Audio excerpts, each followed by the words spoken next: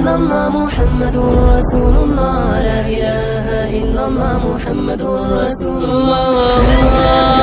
السلام علیکم پیارے دوستو، بسم اللہ الرحمن الرحیم. شروع اللہ کے نام سے جو بڑا مہربان نہایت رحم کرنے والا ہے.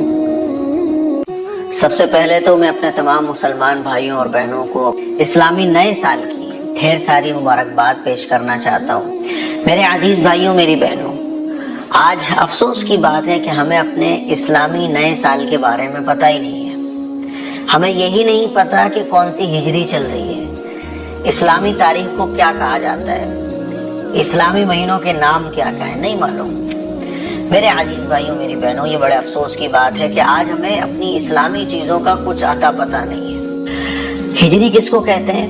اسلامی جو تاریخ ہوتی ہے اس کو ہجری کہا جاتا ہے، اور اس کے پیچھے کا واقعہ میں شارٹ میں آپ لوگوں کو سنانا چاہتا ہوں. حضرت عمر فاروق رضی اللہ تعالیٰ عنہ کی خلافت تھی، تو حضرت عمر فاروق رضی اللہ تعالیٰ عنہ جو خطوط یعنی لیٹرز روانہ کیا کرتے تھے دوسرے بادشاہوں کے پاس، صحابہ کے پاس، تو اس میں ڈیٹ نہیں ہوتی تھی.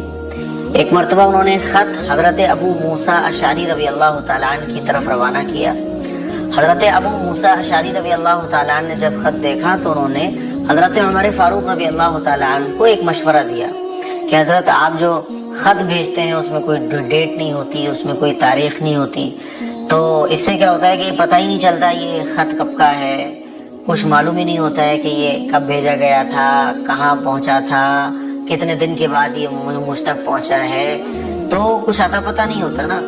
اسی لیے کیا اچھا ہو کہ اگر ہماری کوئی اپنی تاریخ ہو، ہمارے کچھ اپنے مہینے ہو تو کیا اچھا ہو. حضرت عمر فاروق رضی اللہ تعالیٰ عنہ کو حضرت ابو موسیٰ اشعری رضی اللہ تعالیٰ عنہ کا یہ مشورہ بڑا پسند آیا. صحابہ اکرام کی ایک میٹنگ بلائی گئی اور صحابہ اکرام کے سامنے یہ بات رکھی گئی، تو صحابہ اکرام نے بھی کہا کہ ہاں ایسا ہونا تو چاہیے بھائی. لیٹرز اور جتنی بھی چیزیں گورنمنٹ کی ہوں گی اس پہ ڈیٹ ہوگی، اس پہ ٹائمنگ ہوگی، ٹائمنگ کے ساتھ ساتھ سن بھی لگی ہوئی ہوگی کہ کون سی سن میں یہ لیٹر بھیجا گیا، تو جو ہے نا اس سے آسانی ہوگی سمجھنے میں کہ یہ لیٹر کتنے دن بعد کہاں پہنچا، کتنا پرانا ہے نا. تو میٹنگ جب بلائی گئی تو حضرت عمر فاروق رضی اللہ تعالیٰ عنہ نے مشورہ طلب کیا صحابہ اکرام سے کہ بتائیں کہ اسلامی تاریخ اور اسلامی جو سن ہے وہ کب سے شروع ہونا چاہیے. تو بعض صحابہ نے کہا کہ حضور جب پیدا ہوئے تب سے اسلامی سن کی شروعات ہونا چاہیے. بعض نے کہا کہ حضور علیہ الصلوۃ والسلام کا جب وصال ہوا اس وقت سے اسلامی تاریخ کی شروعات ہونا چاہیے، اسلامی سن کی شروعات ہونا چاہیے. بعض نے کہا کہ حضور علیہ الصلوۃ والسلام کو جب نبی بنایا گیا تھا اس وقت سے اسلامی سن کی شروعات ہونا چاہیے. بعض نے کہا کہ ہجرت سے. بہرحال آپس کا جب مشورہ ہوا، ڈسکشن ہوا، تو پھر آخر میں حضرت عمر فاروق رضی اللہ تعالیٰ عنہ نے حضرت علی رضی اللہ تعالیٰ عنہ کی بات کو پسند فرما کے ہجرت سے اسلامی سال کا آغاز کرنے کا اعلان کیا. کیونکہ ہجرت جو ہے نا یہ مسلمانوں کو ایک اسپرٹ دیتی ہے، ہجرت جو ہے نا یہ مسلمانوں کو ایک پاور دیتی ہے اور مسلمانوں کو مایوس نہیں ہونے دیتی ہے. ہجرت ایک ایسا واقعہ ہے رسول اللہ صلی اللہ علیہ وسلم کا کہ جب مسلمان ہجرت کے واقعے کو پڑھتے ہیں نا تو غم جو ہوتے ہیں وہ ختم ہو جاتے ہیں اور ایک نئی امیدیں اور ایک نئی طاقت مسلمانوں کے اندر پیدا ہو جاتی ہے. تو آخر میں حضرت عمر فاروق رضی اللہ تعالیٰ عنہ نے یہ فائنل کیا کہ اسلامی سن کا جو آغاز ہوگا وہ ہجرت سے ہوگا. ٹھیک ہے، یعنی آپ علیہ الصلوۃ والسلام نے جب مکے سے مدینہ کی طرف ہجرت فرمائی تو اس کو کہا جاتا ہے ہجرت کا واقعہ. تو ہجری جو تاریخ ہے وہ کہلائے گی. تو یہ طے ہو گیا کہ ہماری سن جو ہوگی وہ ہجرت سے شروع ہوگی. ٹھیک ہے، اب سن تو فائنل ہو گئی کہ بھائی ہماری جو سن چلا کریں گی وہ ہجرت سے چلا کریں گی. اب مشورہ یہ ہوا صحابہ اکرام کے درمیان کہ چلو سن تو فائنل ہو گئی، اب کون سے مہینے سے سن کی شروعات ہوگی؟ محرم سے ہوگی، رجب سے ہوگی، ربیع الاول سے ہوگی یا رمضان سے ہوگی؟ یہ چار باتیں سامنے نکل کے آئی.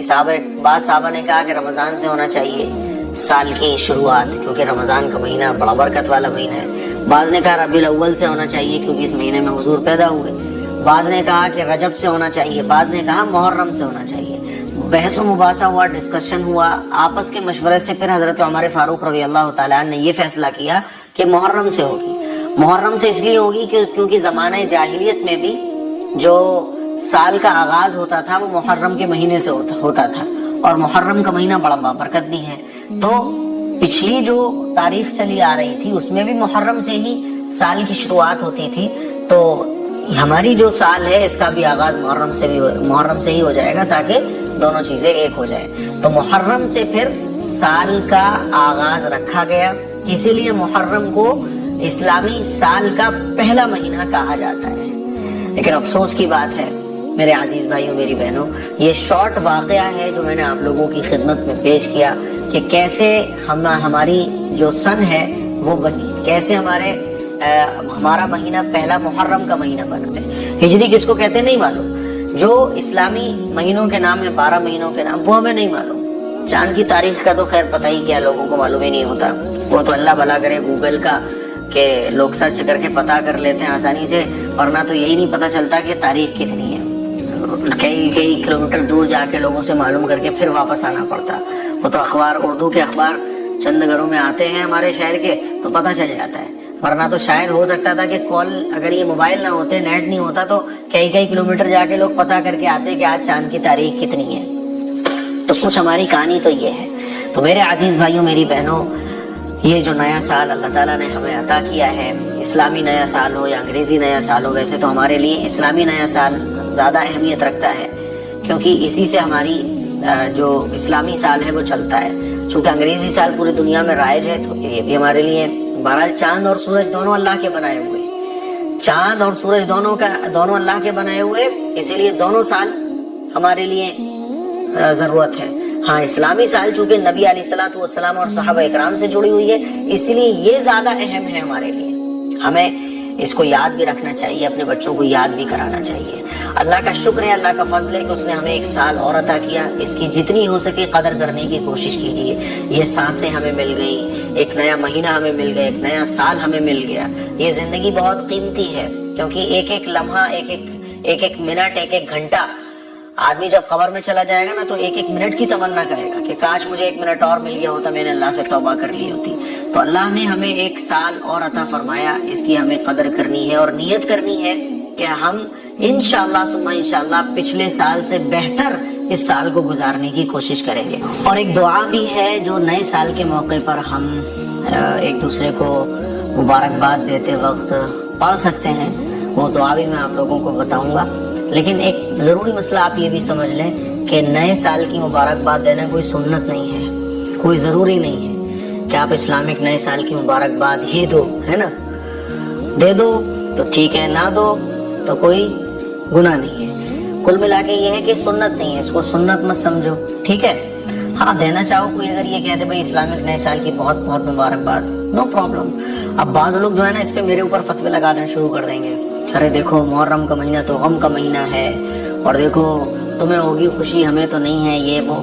تو میں آپ لوگوں کو بتا دوں کہ اسلامی تاریخ کا شاید ہی کوئی دن ایسا ہو جو قربانی سے خالی ہو, جو غموں سے خالی ہو, ہے نا. کیونکہ مومن کے لیے یہ دنیا قید خانہ ہے. ہر دن ایسا ہے اسلامی تاریخ کا جس میں صحابہ نے قربانیاں پیش کی ہیں. اسلام میں کوئی چیز غم والی نہیں ہوتی ہے, بلکہ شہادت جس دن میں ہونا وہ دن تو اور فضیلت والا بن جاتا ہے. شہادت تو ایک اچھی چیز ہے, اس لیے محرم کا مہینہ کوئی غم کا مہینہ نہیں ہے. اگر محرم کا مہینہ غم کا مہینہ ہوتا تو جس وقت میں رسول اللہ صلی اللہ علیہ وسلم کو لوگوں نے پتھر مارے اور حضور کے مبارک پاؤں سے خون نکل رہا تھا نا, وہ سب سے بڑا غم کا دن ہونا چاہیے تھا. حضور علیہ الصلوۃ والسلام کے جب جنگ کے میدان میں دانت مبارک شہید ہوئے تھے نا, وہ دن سب سے زیادہ غم کا دن ہونا چاہیے تھا. پھر تو حضور علیہ الصلوۃ والسلام جب زخمی ہو گئے تھے نا, حضور علیہ الصلوۃ والسلام کو جب قوم نے طائف کے میدان میں خون سے لت پت کر دیا پتھر مار مار کے, وہ دن سب سے زیادہ افسوس والا دن ہونا چاہیے تھا. حضور علیہ الصلوۃ والسلام جب اس دنیا سے تشریف لے گئے, وہ دن سب سے زیادہ غم والا ہونا چاہیے تھا. لیکن آپ کو کہیں نہیں ملے گا کہ صحابہ اکرام نے حضور علیہ الصلوۃ والسلام کی وصال کے بعد یا کسی بھی دن جب حضور کو تکلیف پہنچی ہو, اس دن کو صحابہ اکرام نے غم کا دن منایا ہو. تو ایسا کچھ بھی نہیں ہے بھائی, میرے اوپر فتوی مت لگانا. میں تو آپ کو